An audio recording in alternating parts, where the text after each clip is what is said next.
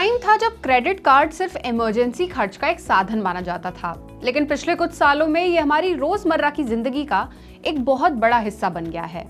Online shopping से लेकर travel तक लोगों का हर खर्च अब क्रेडिट कार्ड पर ही शिफ्ट होता जा रहा है।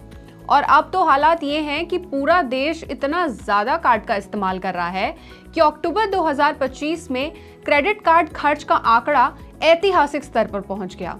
आज की इस वीडियो में हम इसी पर डिटेल में बात करेंगे। नमस्कार, मैं हूं सलोनी त्यागी और आप देख रहे हैं मनी 9।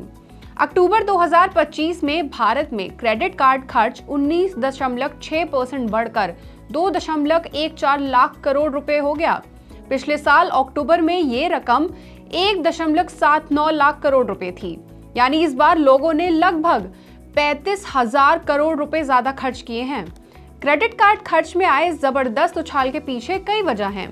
पहली है ई कॉमर्स सेल्स, फिर है फेस्टिव ऑफर्स, साथ ही इलेक्ट्रॉनिक्स, ग्रोसरी, ट्रैवल की जोरदार मांग ने भी ये खर्च काफी बढ़ाया है।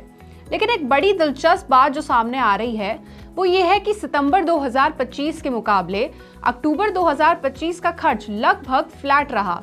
सितंबर के महीने में ये खर्च 2.16 लाख करोड़ रुपए था, वहीं अक्टूबर के महीने में ये खर्च 2.14 लाख करोड़ रुपए था। यानी त्योहारों की ये तेजी अक्टूबर में अपनी सीमा पर पहुंच गई और नवंबर में इसकी स्पीड काफी ठंडी पड़ गई। एसबीआई के ग्रुप चीफ इकोनॉमिक एडवाइजर सौम्य कांति घोष के मुताबिक ऑटो, ग्रोसरी, इलेक्ट्रॉनिक्स, फर्निशिंग और ट्रैवल, इन सभी कैटेगरी में शानदार ग्रोथ हुई है और इनमें से ज्यादातर खरीदारी ई कॉमर्स प्लेटफॉर्म से हुई।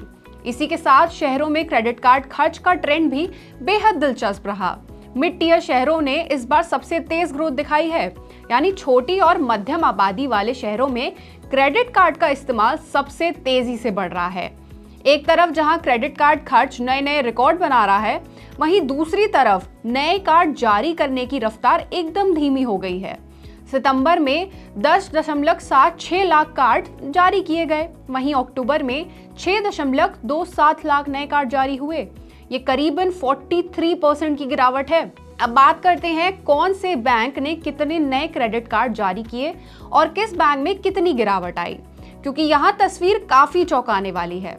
सबसे पहले बात करते हैं एचडीएफसी बैंक की।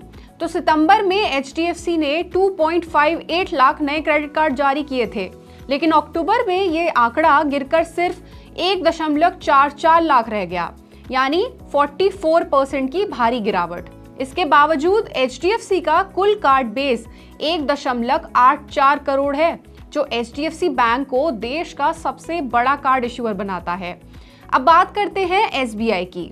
सितंबर में 1.73 लाख कार्ड जारी हुए थे और अक्टूबर में सिर्फ 1.27 लाख, ये करीब 26% की गिरावट दिखाता है। आईसीआईसीआई बैंक की स्थिति और भी कमजोर रही। सितंबर में 1.92 लाख नए कार्ड दिए गए थे, लेकिन अक्टूबर में ये गिरकर सिर्फ 1.04 लाख रह गए, यानी लगभग 46% की गिरावट, जो टॉप बैंकों में सबसे ज्यादा है। अब बात करते हैं एक्सिस बैंक की। सितंबर में एक्सिस बैंक ने 1.06 लाख नए कार्ड जारी किए थे, लेकिन अक्टूबर में ये घटकर 79,842 रह गए। ये लगभग 25% की गिरावट है। एक्सिस का कुल कार्ड बेस फिलहाल 1.55 करोड़ है। कुल मिलाकर चाहे एचडीएफसी बैंक हो या एसबीआई, आईसीआईसीआई हो या फिर एक्सिस बैंक, चारों ही बड़े बैंक नए ग्राहकों को जोड़ने में बेहद धीमे पड़ गए हैं। और इसके पीछे की वजह बिल्कुल साफ है। बैंक अब क्वांटिटी नहीं बल्कि क्वालिटी ग्राहक चाहते हैं। CRIF के डेटा के मुताबिक फाइनेंशियल ईयर 24 के सेकेंड क्वार्टर में नए क्रेडिट कार्ड इंक्वायरी 76 लाख थी, लेकिन फाइनेंशियल ईयर 26 के सेकेंड क्वार्टर में ये गिरकर 44 लाख पर पहुंच गई। यह आंकड़ा 42% की भारी गिरावट दिखाता है। इससे साफ है कि बैंक अब क्वालिटी वाले ग्राहक चुनने पर ज्यादा जोर दे रहे हैं, यानी वो ग्राहक जिनकी भुगतान क्षमता मजबूत हो और उन पे डिफॉल्ट के चांसेस जो हैं वो काफी कम हो। CRIF की रिपोर्ट के अनुसार नए कार्ड्स को काफी माप कर जारी किया जा रहा है। अब फोकस सिर्फ और सिर्फ हाई वैल्यू कस्टमर्स पर है। बैंकों की ऐसी कोशिश है कि अब मौजूदा ग्राहक ही ज्यादा खर्च करें, ताकि नए ग्राहकों को जोड़ा जाए। रिपोर्ट में ये भी बताया गया है कि प्राइवेट बैंकों का मार्केट शेयर काफी बड़ा है। पहले ये 70.8% था और अब ये 77.7% है।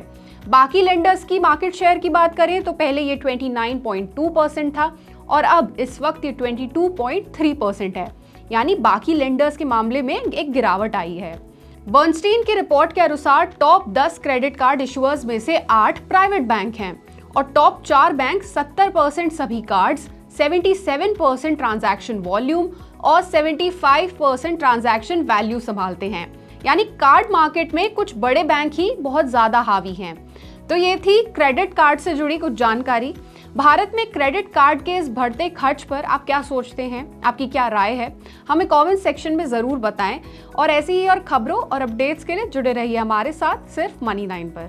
ग्लोबल संकेतों के दम पर कैसे खुलेंगे हमारे बाजार, क्या कह रही हैं खबरें और ब्रोकरी रिपोर्ट्स, किन शेयरों में बनेगा पैसा, बाजार खुलने के बाद क्या खरीदें, किन शेयरों को करें पोर्टफोलियो से बाहर, कैसा रहा बाजार का दिन भर का कारोबार, कैसे तैयार करें कल के बाजार की स्ट्रैटेजी। इन सब सवालों के जवाब जानिए मेरे साथ ओपनिंग बज और क्लोजिंग बज में इन वक्त पर सिर्फ मनी9।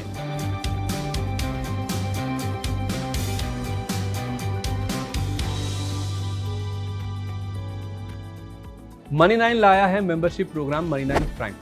अब आपके दिमाग में कई सारे सवाल होंगे, मसलन आखिर क्या है ये मनी9 प्राइम, आपके लिए यानी दर्शकों के लिए इसके क्या फायदे हैं, और एक बड़ा सवाल ये कि मनी9 प्राइम से आखिर जुड़ना कैसे है। तो इसकी पूरी जानकारी हम आपको देने जा रहे हैं। मनी9 प्राइम में 3 प्लान होंगे, इकोनॉमी, स्टैंडर्ड और वीआईपी। तो फटाफट ज्वाइन कीजिए YouTube पर मनी9 प्राइम। ज्वाइन करने के लिए मनी9 के YouTube पेज पर जाइए, होम पेज पर मिलेगा ज्वाइन बटन, इसे क्लिक करें, अपनी पसंद का प्लान चुनें और बस हो गया, अब आप रहेंगे सबसे आगे।